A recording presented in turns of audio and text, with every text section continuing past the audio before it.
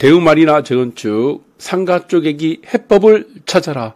대우마리나가 상가 때문에 지금 말이 너무 많습니다. 언론에서도 나오고 각종 카페라든가 지금 인터넷 이런 데서 지금 화제가 되고 있습니다.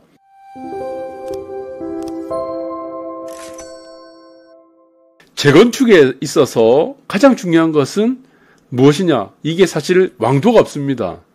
네, 이게 정답이 없다는 얘기입니다. 사실은요. 그래서 재건축은 빨리 추진하고 빨리 마무리 짓는 것이 가장 좋은 답이 되는 겁니다. 그래서 가장 좋은 대안은 없다. 네, 최선의 대안을 찾는 게임이 바로 재건축이다. 그런데 재건축 같은 경우는 항상 상가 때문에 말이 많죠. 이 상가 쪼개기 때문에.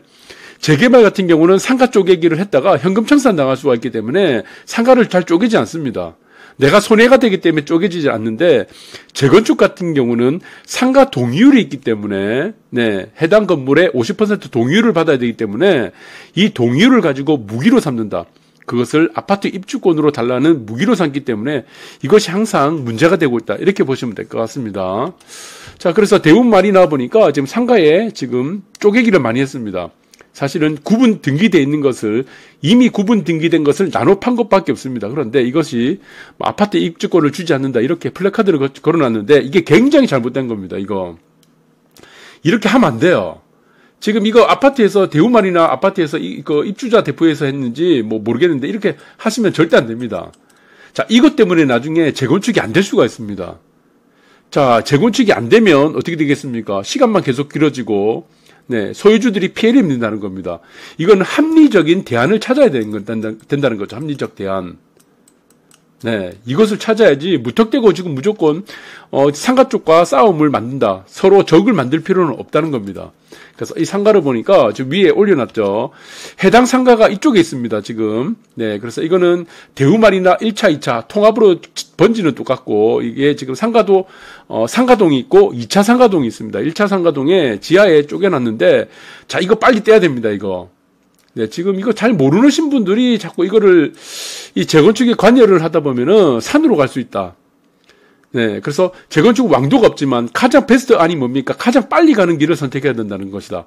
그 빨리 가는 길의 선택에 있어서도 상가 동의율도 굉장히 중요하다는 것을 우리가 인식을 같이 해야 됩니다. 함께 가야 돼요. 이거를 상가는 따로 간다, 아파트만 따로 간다, 이게 사실은 쉬운 문제가 아닙니다. 소송을 해야 되기 때문에. 자, 그래서 이런 거 빨리 떼야 되고, 그리고 지금 이제 보시면은 이제 뉴스에 나온 기사는 이겁니다. 상배평 마트, 그러니까 지하 1층이죠. 상가동 지하입니다. 지하에 주인이 123명이 됐다. 그래서 갈등, 불씨 지핀 상가 쪼개기. 사실 이거는 상가 쪼개기라고 하기가 좀 애매합니다. 상가 쪼개기가 아니에요, 사실은. 왜 그렇습니까? 이거는 이미 분양할 때 이미 구분 등기되었던 겁니다. 구분 등기. 우리가 이거를 조금 구분할 필요가 있습니다. 그러니까 이미 구분이 등기되지 않은 것을 우리가 지금 나눠서 이제 분할 등기하는 경우가 있고 이거는 애초부터 구분 등기되어 있던 곳이다. 그래서 소유주가 한 명 있던 것을 이거를 다른 사람이 사서 법인에 사서 그것을 나눠서 다시 판단하는 겁니다. 그래서 보시면 가판대기 이렇게 막 설치된 게 있어요. 앞 상가들 보면 그렇게 해서 이미 구분된 거죠. 그래서 지금 35억 원에 샀다 그 법인에 나서 123개 나눈다. 어쨌든 크게 광의 개념으로 보게 되면은 상가 쪼개기가 맞긴 맞는데 조금 이거는 구분 등기됐던 거기 때문에 조금 다르다는 걸 좀 보셔야 되고.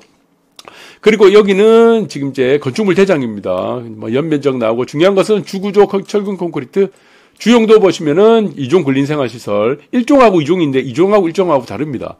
그래서 2종을 1종으로 바꾸는데 한 100만 원 정도 이렇게 좀 필요하고 이거는 1종과 2종의 구분은 이제 업종이 들어올 수 있는 게 조금 다르죠. 2종이 조금 불리합니다. 그래서 그리고 여기서 보면은 지하 1층이죠. 주는 1로 되어 있으니까 이거는 한 개 건물이다. 주 1, 주 2, 주 3으로 되어 있으면은 뭡니까? 이게는 주 3까지 되어 있으면은 건물이 3개. 주 2까지 되어 있으면은 건물이 2개. 근데 밑에는 전부 다 주 1로 되어 있죠. 지하가 보시면은 면적이 제일 큽니다. 1300. 그리고 지하 1, 그 다음에 1층, 2층.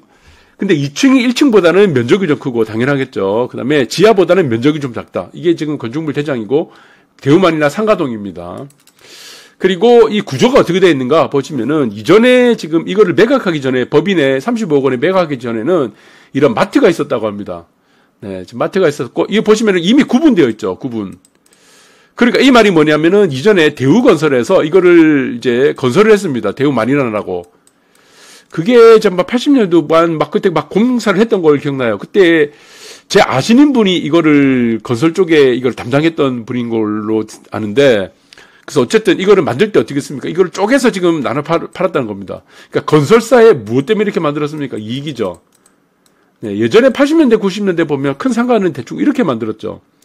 그러니까 통으로 파는 것보다는 쪼개서 나눠서 이렇게 팔아야지 건설사들한테 이윤이 되기 때문에 이렇게 팔았던 거죠. 그러니까 이 말이 뭐냐? 이미 구분되어 있다는 겁니다. 이미 구분.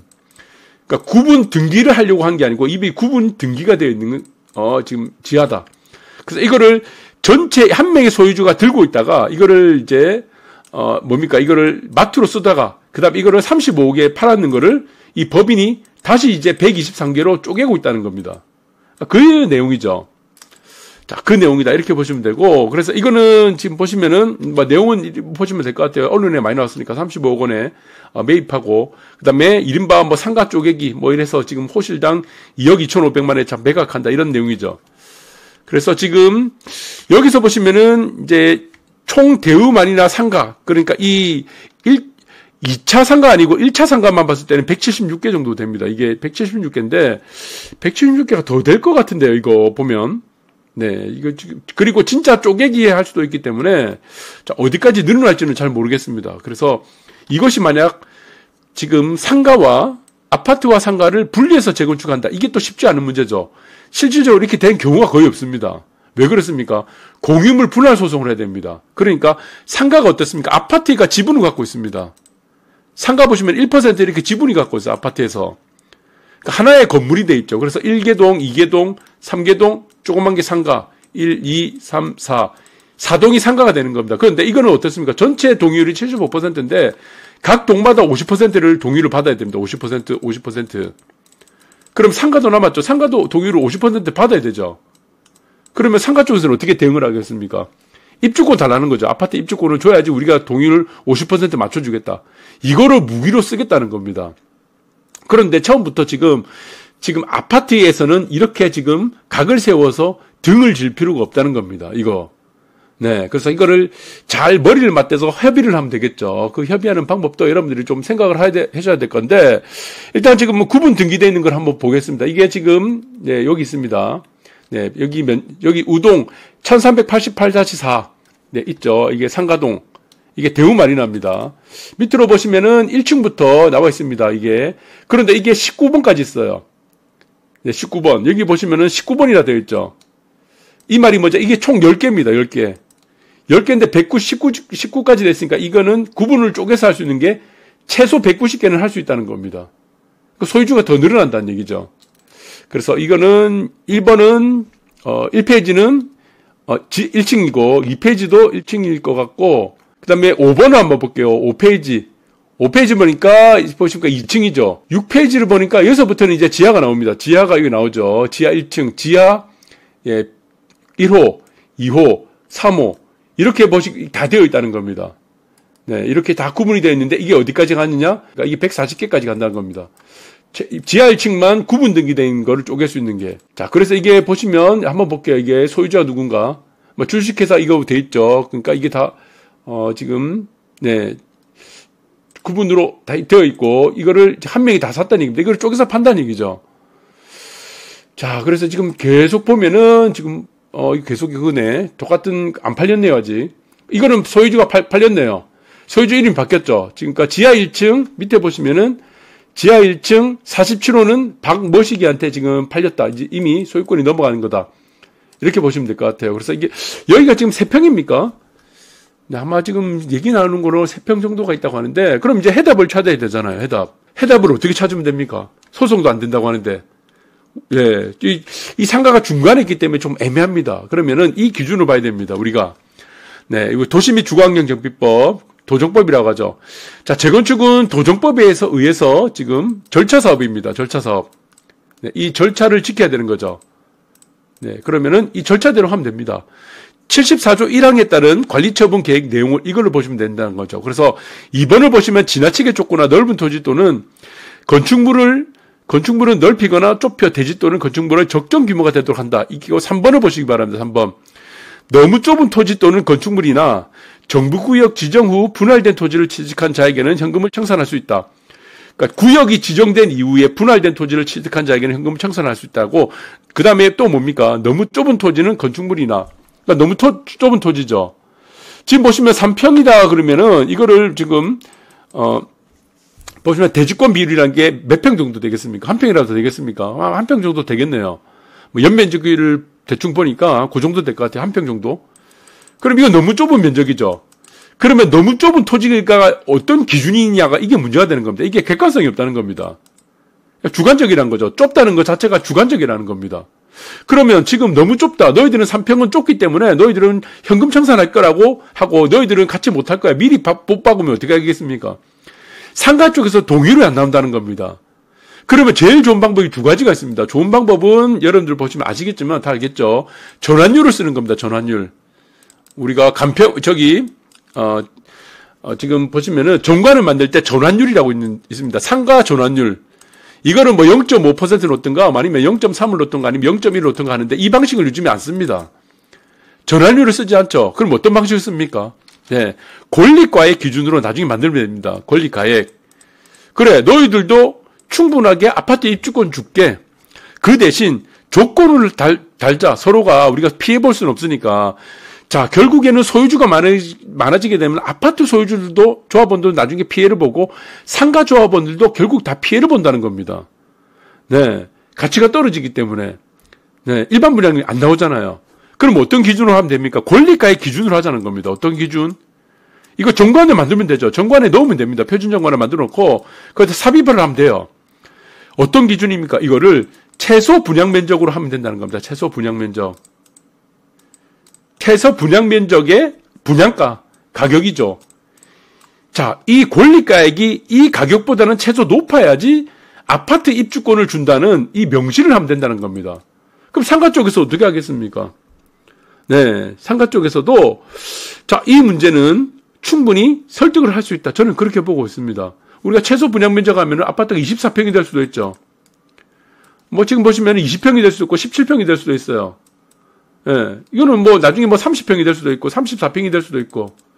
나중에 이거는 보시면은 뭐 건축심의 하기 전에 우리 건축 만들잖아요. 우리가 설계업체들.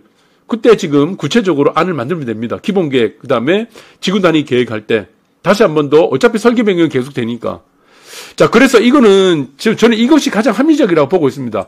사실 상가는 상가대로 받아야 되는데 그 대신 조건을 하나 만들자는 겁니다. 어떻게?